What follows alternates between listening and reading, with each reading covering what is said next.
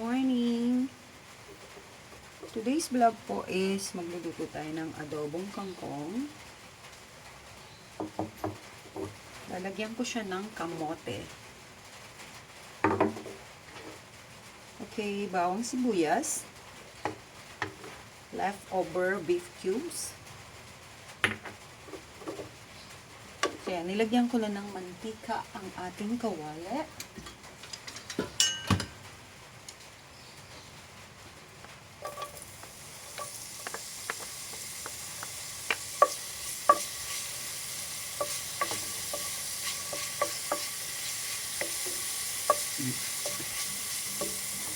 Sabay na natin guys. Sibuyas ang bawang.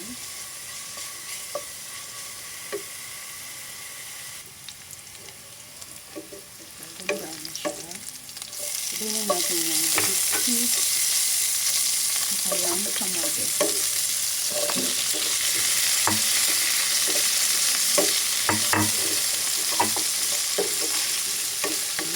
Bango.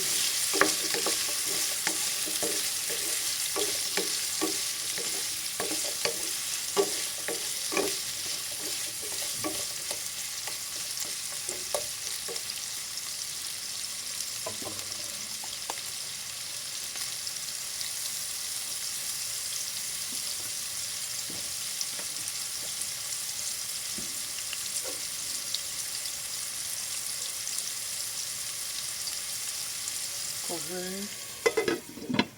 Tingnan natin pong lumambot yung kamote.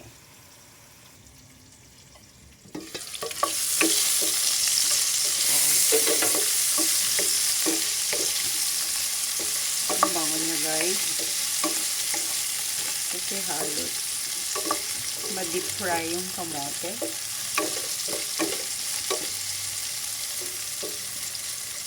Wala akong chili flakes. Masarap kasi may chili flakes. Mag-add na lang tayo ng Ito. Chili flakes. Ito pa na.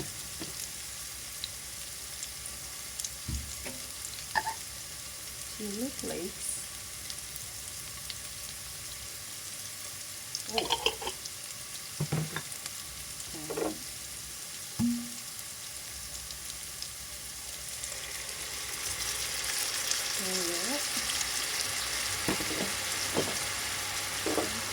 Suka.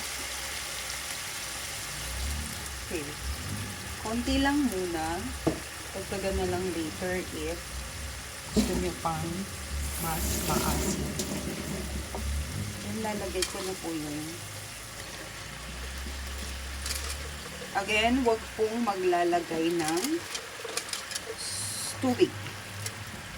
Kasi kung may tubig na yung gulay,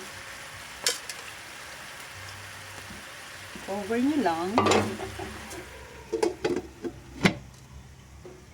Tayo natin siyang maluto.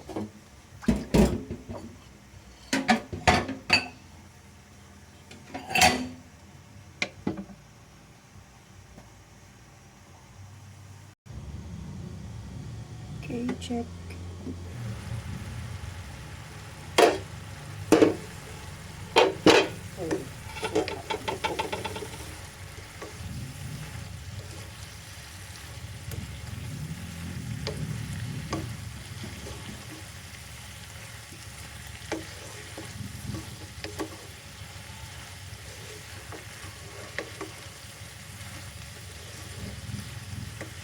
So, pwede rin dito, sa menu na to, actually, pechay.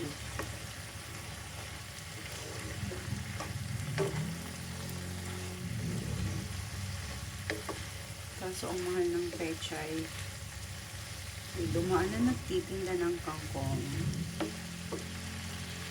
Pag sinigang kasi ako kagabi, so ito yung tira na kangkong.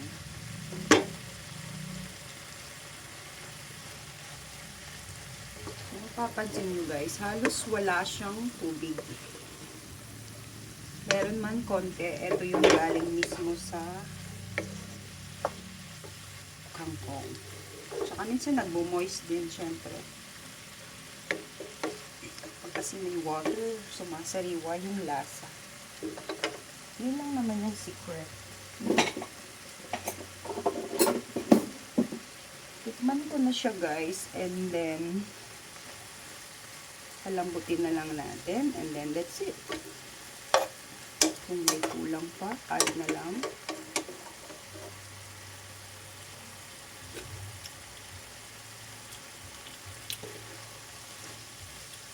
Okay na siya. Even sa asin, okay na din. Konti lang kasi. Pero, gusto ko pa siyang dagdagan ng konti.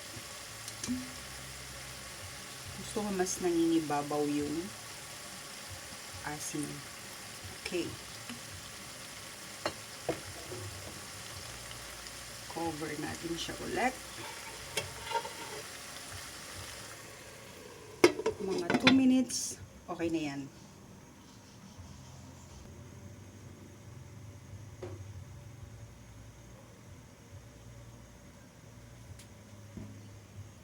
Okay guys, check again. Bango.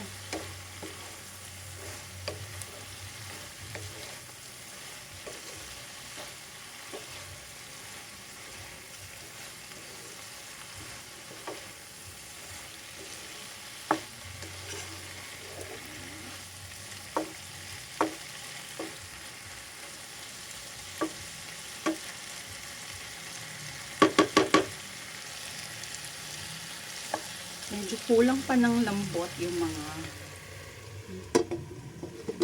matigas na part ng kangkong. Konti pa.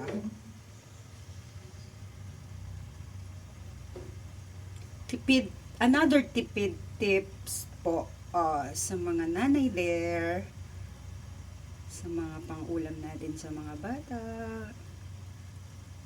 Pwede din po yung kangkong gawing okoy. Na-try ko na din siya before.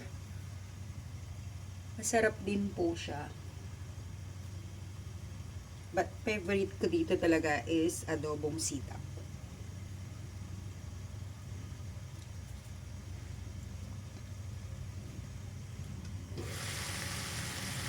Guys.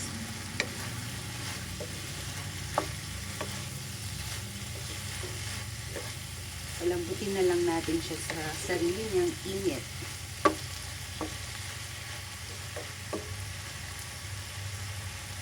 Okay.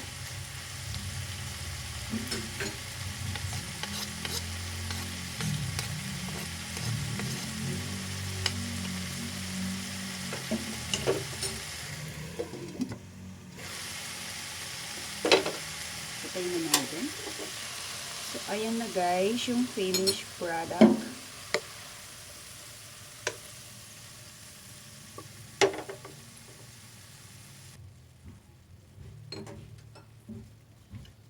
Ready to serve na po yung ating adobong kangkong with kamote. Salamat po sa friend ko na nagbigay ng kamote. Thank you for watching.